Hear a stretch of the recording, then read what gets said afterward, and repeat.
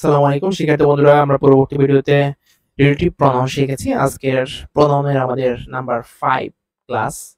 তো এখানে আমরা রেসিপ্রোকাল প্রনাউন এবং রিফ্লেক্সিভ অ্যান্ড এমপ্যাথিক প্রনাউন শিখব।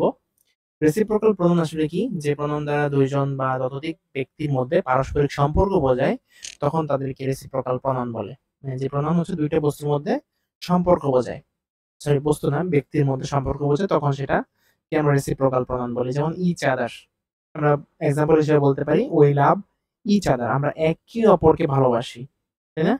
তার মানে দুইটা মানুষের সাথে সম্পর্ক বোঝানো হয়েছে, ইচ আদার একে অপরকে। তাহলে পারস্পরিক সম্পর্ক যে বোঝানো হয়েছে, তাহলে ইচ আদার শব্দটি হবে রেসিপ্রোকাল প্রনাউন। এবার আসি আমরা রিফ্লেক্সিভ এন্ড এমপ্যাথিক প্রনাউনের।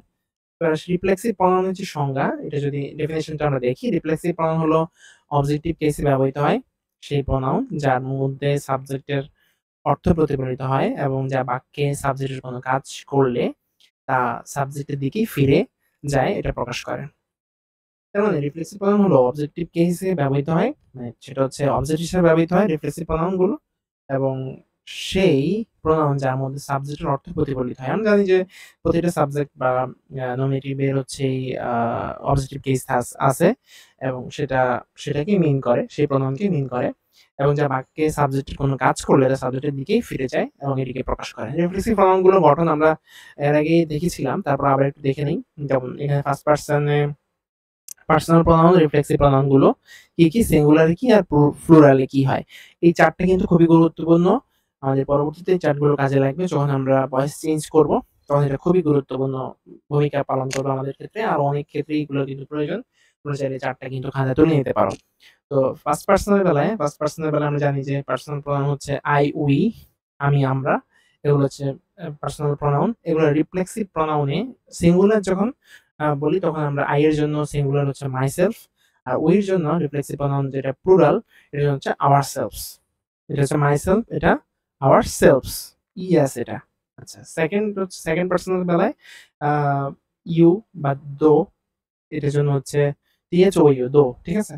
দো বা ইউ, এটার দো এর জন্য হচ্ছে সিঙ্গুলারে দাইসেলফ, আর ইউ এর জন্য হচ্ছে ইউরসেলফ। রিফ্লেক্সিভ প্রনাউন হচ্ছে ইউরসেলভস, এটা হচ্ছে ইউরসেলফ, এটা সেলফস। এটা সবসময় মনে রাখবা, সিঙ্গুলারে সেলফ আর রিফ্লেক্সিভে সেলফস হয়। থার্ড পার্সনের বেলায় যদি আমরা দেখি, পার্সোনাল প্রনাউন হচ্ছে হি, শি, দে, ইট, এগুলো থার্ড পার্সন পার্সোনাল প্রনাউন হিসেবে ব্যবহৃত হয়। এটা রিফ্লেক্সিভ প্রনাউন গুলো হচ্ছে হি এর জন্য হিমসেলফ, হার এর জন্য শি এর জন্য হারসেলফ, ইট এর জন্য ইটসেলফ, দে এর জন্য দ্যামসেলফস। ঠিক আছে? দে এর কোনো রিফ্লেক্সিভ প্রনাউন নাই, কিন্তু দের সরি আছে, দের রিফ্লেক্সিভ প্রনাউন প্লুরালে আছে, কিন্তু দের একটি প্লুরাল ওয়ার্ড। তো দের প্লুরাল রিফ্লেক্সিভ প্রনাউন হচ্ছে themselves। ওকে, এমপ্যাথিক প্রনাউন যদি ধরি, নাউন বা প্রনাউনের পরে বসে যে প্রনাউন, তার উপর জোর আরোপ করে, তাকে এমপ্যাথিক প্রনাউন বলে। মানে নাউন বা প্রনাউনের পরে বসে এবং সেটা নাউনকেই জোর দেয় যে নাউন এটা করছে, সে তখন সেটাকে এমপ্যাথিক প্রনাউন বলে। যেমন I met the president himself, I met the president, আমি প্রেসিডেন্টকে দেখেছি, এটা আরো নিশ্চিত করার জন্য হিমসেলফ শব্দটি আমরা ব্যবহার করেছি। এখানে প্রেসিডেন্টের রিফ্লেক্সিভ প্রনাউন কিন্তু হিমসেলফ, ঠিক আছে? প্রেসিডেন্টের রিফ্লেক্সিভ প্রনাউন হিমসেলফ, কারণ প্রেসিডেন্টের আমরা যদি পার্সোনাল প্রনাউন বলি তাহলে হি, তাহলে হি এর যদি রিফ্লেক্সিভ প্রনাউন বলি তাহলে কি হবে? হিমসেলফ।